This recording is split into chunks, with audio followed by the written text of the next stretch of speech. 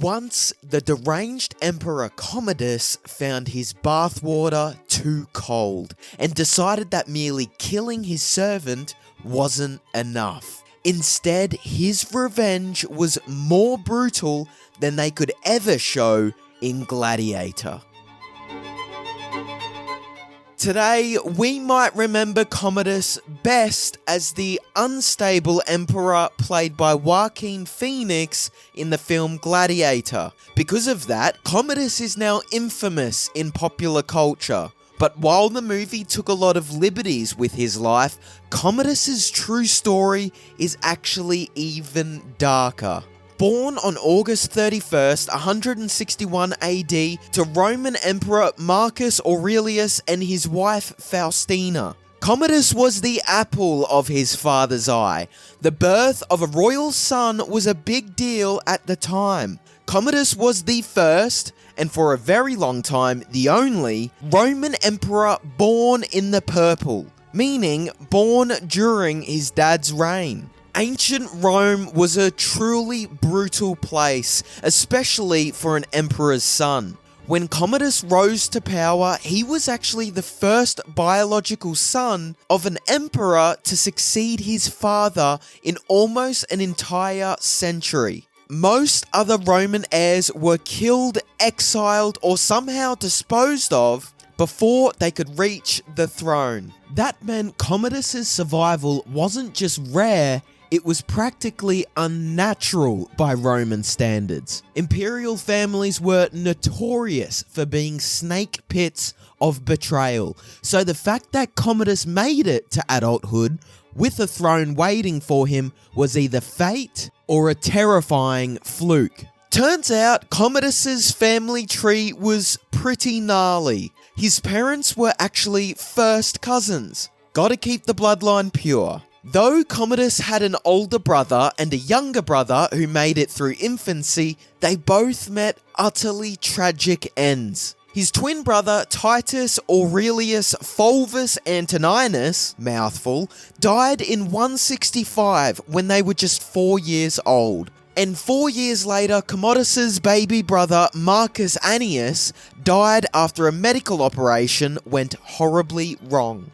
As a result of all this tragedy, Commodus was his father's only heir by the time he was 8. From that point on, Commodus lived with the unshakable knowledge that his life wasn't just privileged, it was singular. He wasn't just a boy growing up in the palace, he was the last surviving hope of a dynasty, and everyone around him treated him accordingly. Though all his brothers had died as children, Commodus still had 4 surviving sisters, and let's just say that ambition ran very deep in this family. His older sister Lucilla was particularly power hungry, and she even temporarily became an Augusta, or a Roman empress, after she married one of her father's early co-rulers. Emperor Marcus Aurelius groomed his young son to take up the family business. For one, Commodus went with his father on military campaigns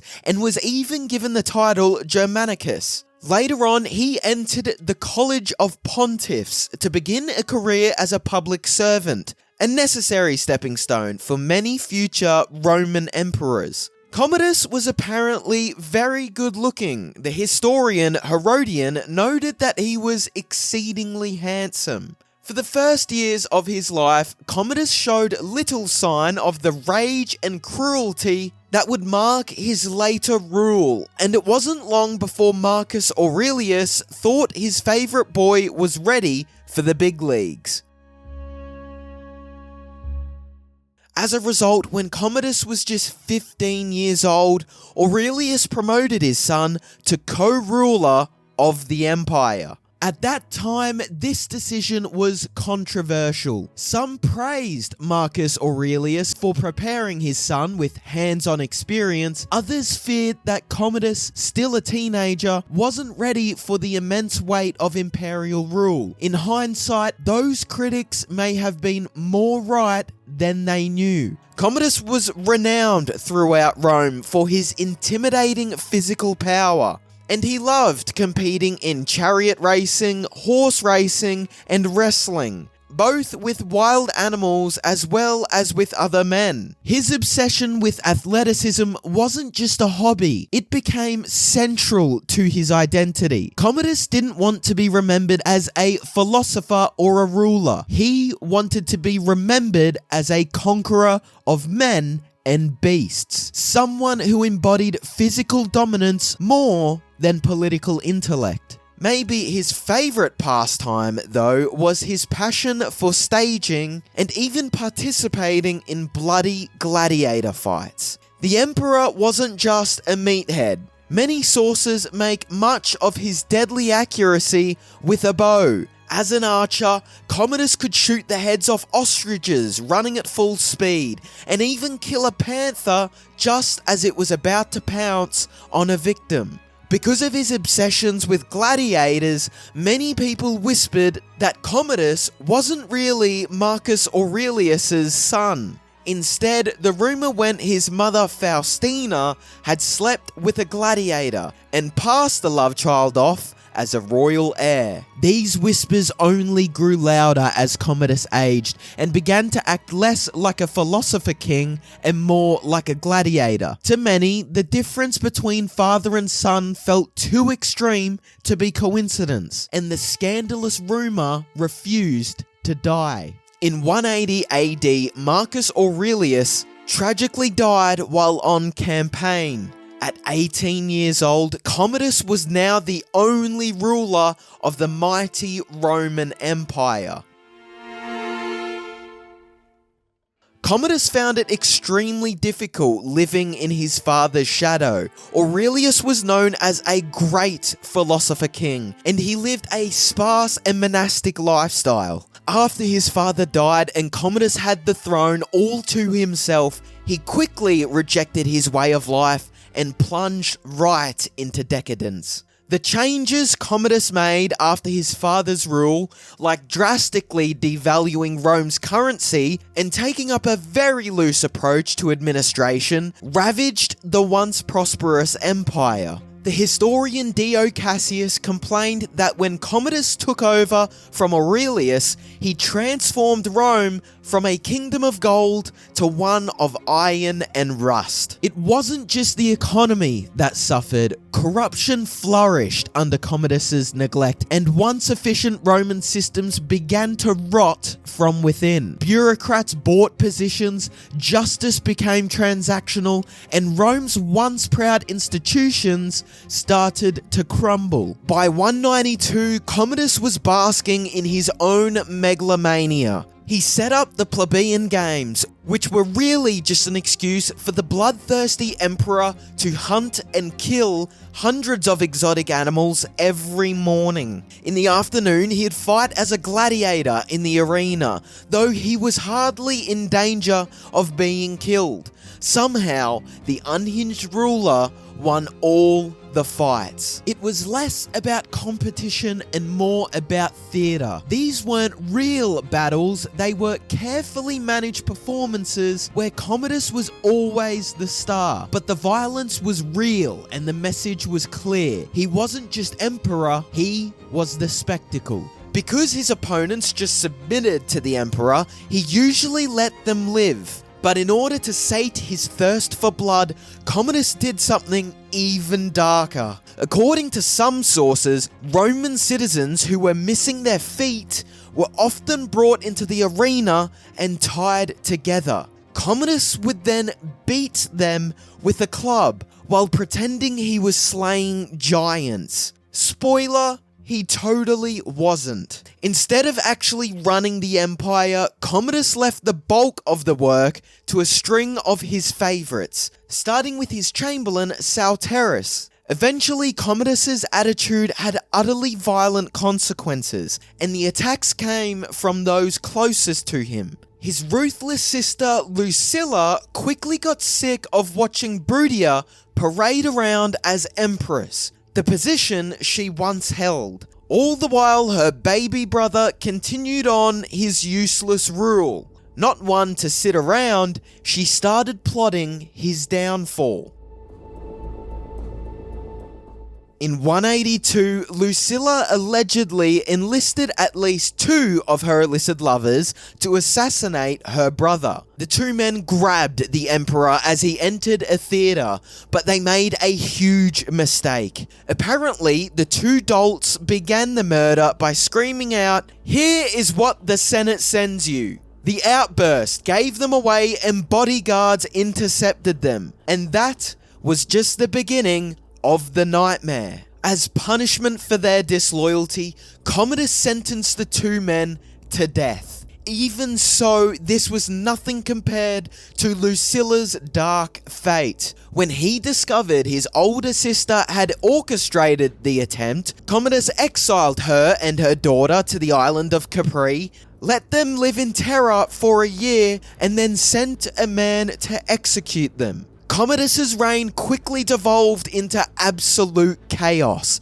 In 182, his favourite chamberlain Salterus was murdered in a power plot, sending the emperor into a tailspin of grief. But then it got worse. Commodus was so out of touch with what was really going on in Rome that he accidentally hired Salterus's murderer, the smooth-talking Clender, as his replacement.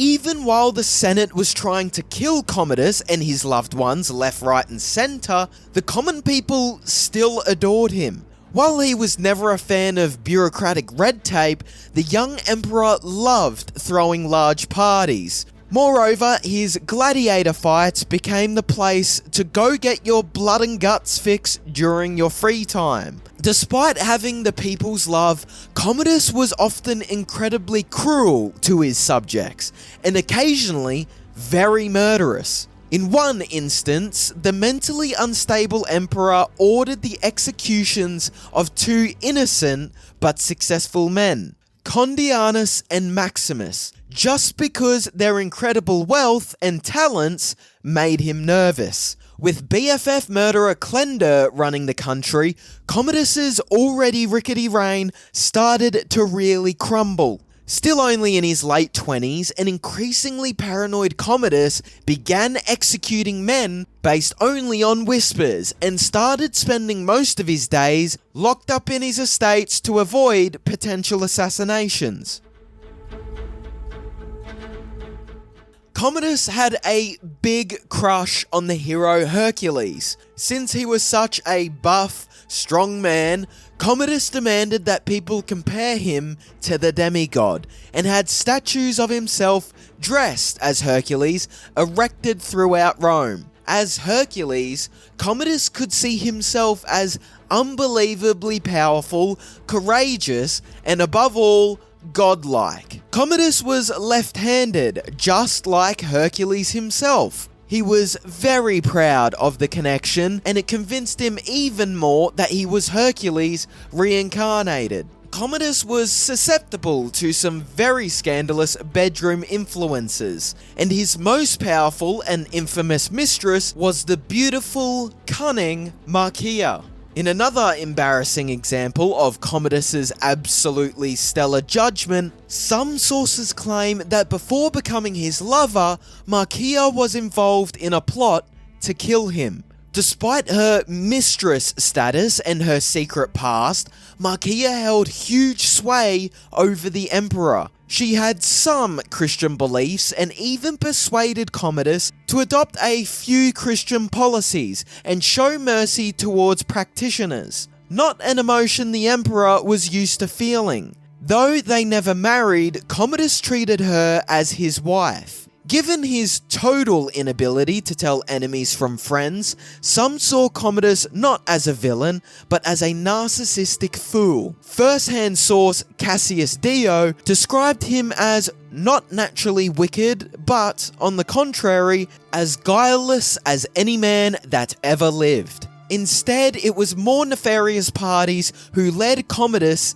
into lustful and cruel habits which soon became second nature. In 190, Clender's luck finally ran out. He had been wheeling and dealing throughout the empire, selling off public offices and making himself a very rich man. Marcia caught wind of this and demanded that Commodus execute him. Not wanting to disappoint his sugar bun, Commodus had Clander beheaded, and then killed Clander's son too, just to be sure.